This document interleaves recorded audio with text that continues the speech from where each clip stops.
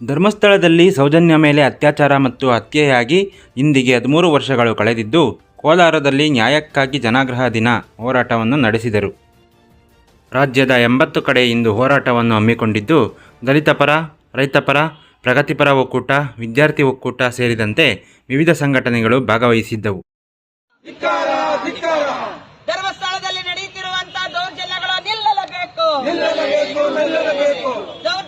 ಧರ್ಮಸ್ಥಳದಲ್ಲಿ ನಡೆಯುತ್ತಿರುವಂತಹ ಅಸಹಜ ಸಾವುಗಳ ಬಗ್ಗೆ ತನಿಖೆ ಆಗಲೇಬೇಕು. ವ್ಯಾಪ್ತಿ ನಡೆಯುತ್ತಿರುವಂತಹ ಹೋರಾಟಕ್ಕೆ ಜಯವಾಗಲಿ.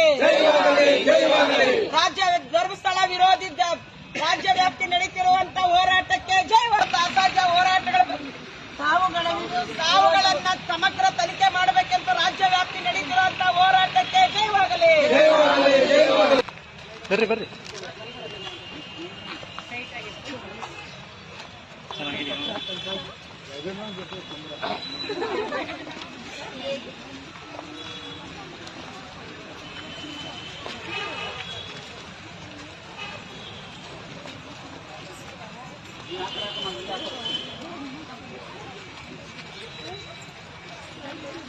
ಉಲ್ಟಾ ಹಿಡಿದಿದ್ಯಾ ನೋಡು ನೀನು.